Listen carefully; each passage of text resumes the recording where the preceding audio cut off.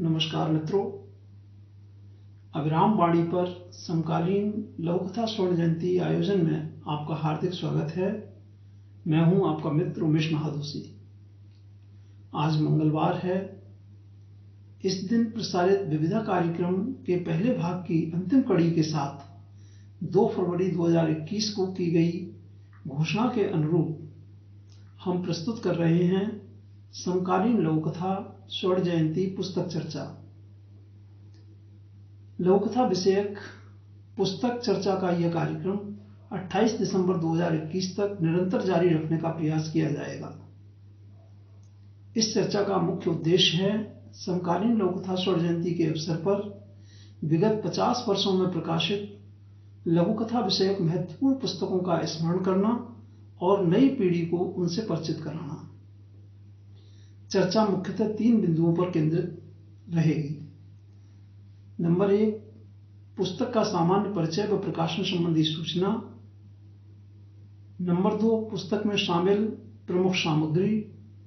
और नंबर 3, पुस्तक की महत्वपूर्ण उपयोगी विषय वस्तु और उसकी प्रासंगिकता। हमारा उद्देश्य पुस्तक की समीक्षा करना बिल्कुल नहीं है। एक पुस्तक पर चर्चा को लगभग 10 मिनट का समय आवंटित होगा। प्रसारण प्रत्येक मंगलवार को सायं 6 बजे से 7 बजे के मध्य किया जाएगा। इस कार्यक्रम में हमारे कार्यालय में विशेषतः 31 मार्च 2021 तक प्राप्त लघुकथा विषयक पुस्तकों में से महत्वपूर्ण पुस्तकों का चयन किया जा रहा है, जिन पर हमारी टीम के सदस्यों द्वारा चर्चा की जाएगी। अन्य मित्र भी चाहें तो उमेश महादोशी यानी मुझसे मोबाइल संख्या 09458929004 पर वार्ता करके निर्धारित प्रारूप में चर्चा और उसका वीडियो भेजकर इस कार्यक्रम में सहभागी बन सकते हैं। अन्य मित्रों के द्वारा भी चर्चा उन्हीं पुस्तकों पर केंद्रित रहेगी जो हमारे कार्यालय में 31 मार्च 2021 तक प्राप्त हो चुकी हैं। हाँ, चर्चा में शामिल होने वाली पुस्तकों की संख्या अवश्य बढ़ाई जा सकती है। चर्चा में शामिल होने वाले मित्रों से एक विशेष निवेदन है कि आज के आपाधापी के समय में चूंकि लोगों के पास कहानी एवं लंबी कथा रचनाएं पढ़ने का समय नहीं है, इसलिए लघुकथा का प्रचलन बढ़ रहा है। जैसे वाक्यों का प्रयोग चर्चा में ना करें। इस तरह की सतही बातों से लघुकथा का वास्तविक महत्व प्रश्नांकित होता है। तो आइए हम आरंभ करते हैं कार्यक्रम समकालीन लघुकथा स्वर्ण जयंती पुस्तक चर्चा। आज की चर्चा में शामिल 2 पुस्तकें हैं, जिनमें से पहली पुस्तक है लघुकथा संकलन गुफाओं से मैदान की ओर और दूसरी पुस्तक है लघुकथा संकलन मैदान से वितान की ओर। दोनों ही पुस्तकों का संपादन किया गया है वरिष्ठ लघुकथाकार श्री भगीरथ परिहार जी द्वारा। दोनों पुस्तकों का लघुकथा की विकास यात्रा में अलग तरह का महत्व है। पहली पुस्तक यानी गुफाओं से मैदान की ओर समकालीन लघुकथा की विकास यात्रा के नियोजित प्रस्थान को प्रस्तुत करती है, तो दूसरी पुस्तक यानी मैदान से वितान की ओर समकालीन लघुकथा की अद्यतन विकास यात्रा के परिणाम को। पहले हम बात करते हैं गुफाओं से मैदान की ओर लघुकथा संकलन की। इस पुस्तक का संपादन आदरणीय भगीरथ परिहार जी ने अपने समकक्ष लघुकथाकार श्री रमेश जैन के साथ मिलकर किया था। सुप्रसिद्ध चित्रकार भाऊ समर्थ का बनाया रेखाचित्र लघुकथा के ध्वज सरीखा इस संकलन के आवरण पर तमाम लघुकथा मर्मज्ञों और उसके सुधी पाठकों का ध्यान आकर्षित करता दिखाई देता है। 1974 में प्रकाशित यह संकलन समकालीन लघुकथा का पहला संपादित संकलन था। रतलाम मध्य प्रदेश स्थित त्रयी प्रकाशन द्वारा पेपरबैक रूप में प्रकाशित इस पुस्तक में आवरण सहित कुल 76 पृष्ठ हैं। संकलन का मूल्य उस समय रखा गया था मात्र ₹1.25। 2019 में देवशीला प्रकाशन पटियाला द्वारा प्रकाशित नए संस्करण का मूल्य है ₹125 मात्र। गुफाओं से मैदान की ओर संकलन में उस समय के 31 प्रतिनिधि लोक कथाकारों की 42 लोक कथाएं संकलित हैं। इसके अतिरिक्त लघु कथा गुफाओं से मैदान की ओर शीर्षक से एक लंबा संपादकीय और 5 आलेख भी शामिल हैं।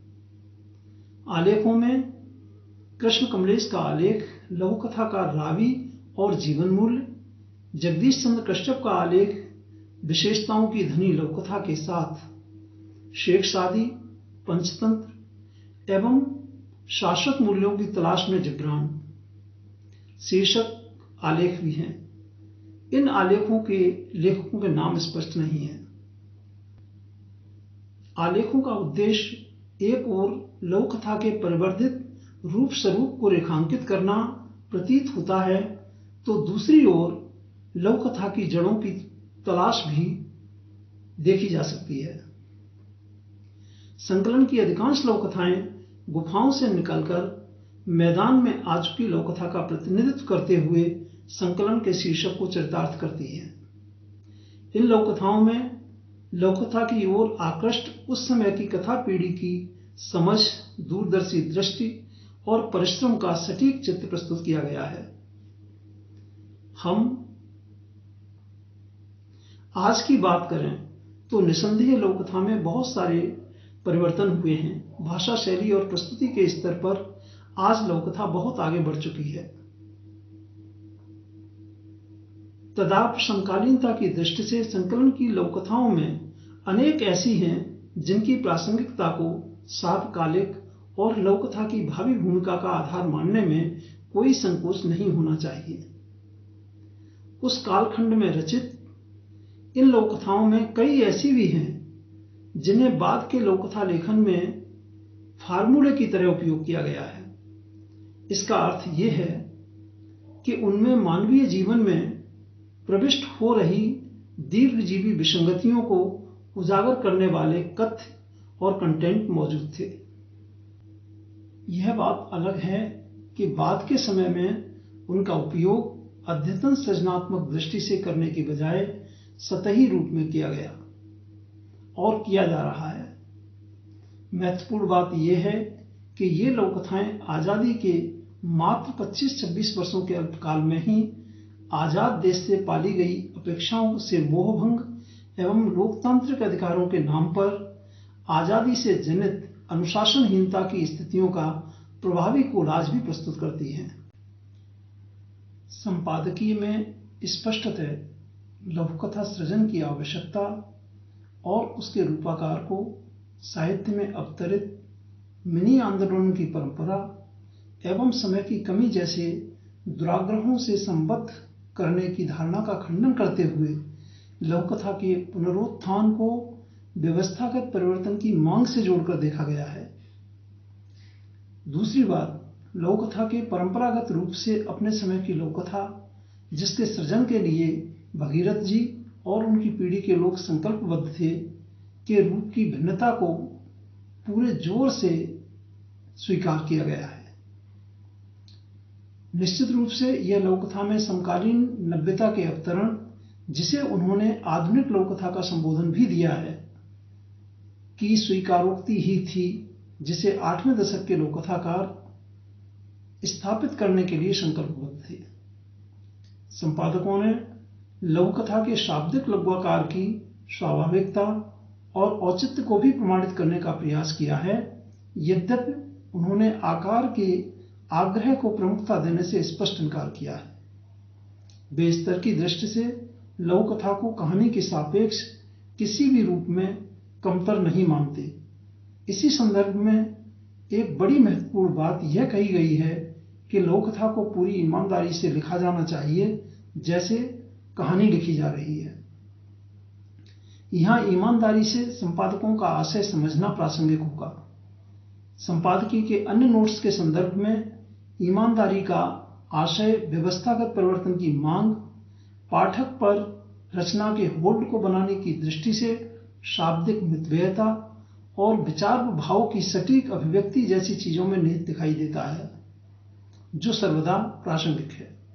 वास्तविकता ये है कि संपादकीय में उस समय के लोककथा सृजन से जुड़े ज्वलंत प्रश्नों को उठाया गया है। इन प्रश्नों में कई आज भी प्रासंगिक हैं। कुछ महत्वपूर्ण प्रश्न ऐसे हैं जिन पर उस तरह चर्चा नहीं की गई जिस तरीके से की जानी चाहिए थी। निश्चित रूप से इस संकलन ने समकालीन लोककथा के अभ्युदय में महत्वपूर्ण भूमिका अदा की है और आज भी प्रासंगिक है। यही कारण है कि मधुदीप जी ने हिंदी की कालजयी लोककथाएं पड़ाव और पड़ताल खंड 27 में इस संकलन को धरोहर के रूप में शामिल किया है, तो भाई योगराज प्रभाकर ने देवशिला प्रकाशन पटियाला से इस संकलन का पुनर्प्रकाशन भी किया है। और अब हम चर्चा करेंगे मैदान से बितान की ओर लोककथा संकलन की। मैदान से बितान की ओर वर्ष 2020 में प्रकाशित महत्वपूर्ण लोककथा संकलन है, जिसका उद्देश्य लोककथा की सृजनात्मकता को आद्योपांत रेखांकित करना रहा है। गुफाओं से मैदान की ओर की तरह ही इस संकलन का संपादन वरिष्ठ लोककथाकार श्री भगीरथ परिहार जी ने किया है। इसमें उन्हें वरिष्ठ लोककथाकार डॉक्टर बलराम अग्रवाल एवं डॉक्टर अशोक भाटिया ने सहयोग किया है। संकलन के उद्देश्यानुरूप भूमिका लिखी है डॉक्टर बलराम अग्रवाल जी ने, जिसमें उन्होंने लघु कथा के विकास को प्रतिबिंबित करते कुछ महत्वपूर्ण बिंदुओं की ओर संकेत किया है। आवरण सहित 148 पृष्ठीय संकलन को प्रकाशित किया है राही प्रकाशन ने, जिनका पता है L45 गली नंबर 5 करतार नगर दिल्ली 110053। पेपरबैक रूप में इस लोककथा संकलन का मूल्य रखा गया है ₹195 मात्र। इस महत्वपूर्ण संकलन में 116 लोककथाकारों की 116 लोककथाएं शामिल की गई हैं। लोककथाओं का चयन बहुत सोच समझकर एक लंबी प्रक्रिया के तहत किया गया है और इस प्रक्रिया में ये लोककथाएं भगीरथ जी के साथ डॉक्टर बलराम अग्रवाल एवं डॉक्टर अशोक भाटिया जैसे लोककथा चिंतकों की संपादकीय समालोचकीय दृष्टि से भी गुजरी हैं। पुस्तकाकार रूप में लाने से पूर्व इंटरनेट पर लघु कथा के सुप्रसिद्ध ब्लॉग जनगाथा पर प्रकाशित करके एक तरह से इनका प्रबुद्ध पाठकों के मध्य प्रतिक्रियात्मक परीक्षण भी किया गया है। चयन की यह कोई साधारण प्रक्रिया नहीं है। संकलन में शामिल लोककथाओं में समकालीन यानी आधुनिक लोककथा की वरिष्ठ और नई पीढ़ी के साथ प्रेमचंद, रामप्रसाद विद्यार्थी रावी, विष्णु प्रभाकर आदि जैसे कथाकारों और शरद जोशी, हरिशंकर परसाई आदि जैसे व्यंग्यकारों की उस पीढ़ी को भी शामिल किया गया है जिसने लोककथा के वर्तमान रूपाकार तक की यात्रा की नींव रखने में महत्वपूर्ण योगदान किया है। लघुकथा के समकाल के चित्रा मुदगल, दामोदर दीक्षित, विष्णु नागर, अभिमन्यु अनंत, असगर बजाहत, बलराम, महेश दर्पण, रविंद्र वर्मा, हसन जमाल आदि जैसे कई महत्वपूर्ण कथाकारों ने भी लघुकथा को खुले मन से अपनाया और आगे बढ़ाया है। संकलन में ऐसे कथाकारों के सृजन का भी प्रतिनिधित्व शामिल है। लघुकथा सृजन में महिलाओं की संख्या पिछले कुछ एक वर्षों में काफी तेजी से बढ़ी है। इसका प्रभाव भी एक सीमा तक मैदान से बितान की ओर संकलन में देखा जा सकता है। हम कह सकते हैं कि लघुकथा में योगदान करने वाली सभी पीढ़ियों और समूहों का यथोचित प्रतिनिधित्व इस संकलन में किया गया है। इस संकलन में वरिष्ठ लोककथाकारों की लघुकथाओं सपना अशोक भाटिया, बयान चित्रा मुदगल, जूते और कालीन चैतन्य त्रिवेदी, ब्लैक हॉर्स जगदीश कश्यप, भूख पारस दासोत, बाबाजी का भोग प्रेमचंद, बहू का सवाल बलराम, बिना नाल का घोड़ा बलराम अग्रवाल, जनपद का चौराहा मधुदीप, फूली भगीरथ, पेट का कछुआ युगल, कटे हुए पंख रामेश्वर काम्बोज हिमांशु, जूतों की जात विक्रम सोनी, प्यासी बुढ़िया शंकर तांबेकर, तार शकुंतला किरण, मैं वही भगीरथ हूँ शरद जोशी, माँ का कमरा श्याम सुंदर अग्रवाल, चौखट सतीश दुबे, जिस्मों का तिलिस्म सतीश राठी, मन के सांप सतीश राज पुष्करणा, कंप्यूटर शुकेश साहनी, कमरा सुभाष नीरव, फल सूर्यकांत नागर, जाति हरशंकर परसाई आदि जैसी अनेक बहुप्रकाशित और बहुचर्चित लघुकथाएं शामिल की गई हैं। सभी पीढ़ियों की कई अन्य महत्वपूर्ण लघुकथाओं के मध्य नई पीढ़ी की कई ऐसी लघुकथाएं भी शामिल हैं जो पाठकों व समीक्षकों के मध्य बहुत पसंद की गई हैं और लोकप्रिय हुई हैं। इनमें शेल्फी, अर्चना तिवारी, अटूट बंधन कुणाल शर्मा, भयभीत दर्पण चंद्रेश कुमार छतलानी, लिहाव Chhavi Nigam, pin drop silence Neeraj Sudhanshu, गंदा आदमी शोभा रस्तोगी, आर्द्रता संतोष सुपेकर, कविता संध्या तिवारी, मृग तृष्णा साधना सोलंकी, वह जो नहीं कहा स्नेह गोस्वामी, पानी सीमा जैन आदि लघुकथाएं शामिल हैं।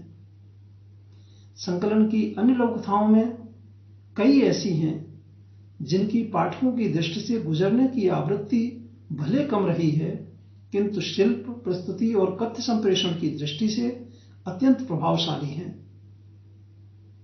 ऐसी लघुकथाएं एक संकलन के रूप में पाठकों की रुचि को बनाए रखती हैं। ऐसा कहने का मेरा आशय बहुचर्चित लघुकथाओं एवं उद्देश्यपरक संकलन की महत्ता को कमतर आंकना बिल्कुल नहीं है। निश्चित रूप से किसी संकलन की प्रस्तुति में पाठकों की कुछ नया पढ़ने की अपेक्षा रहती है, किंतु हमें इस बात का भी ध्यान रखना होगा कि कुछ पुस्तकों का एक निहित और विशिष्ट उद्देश्य होता है।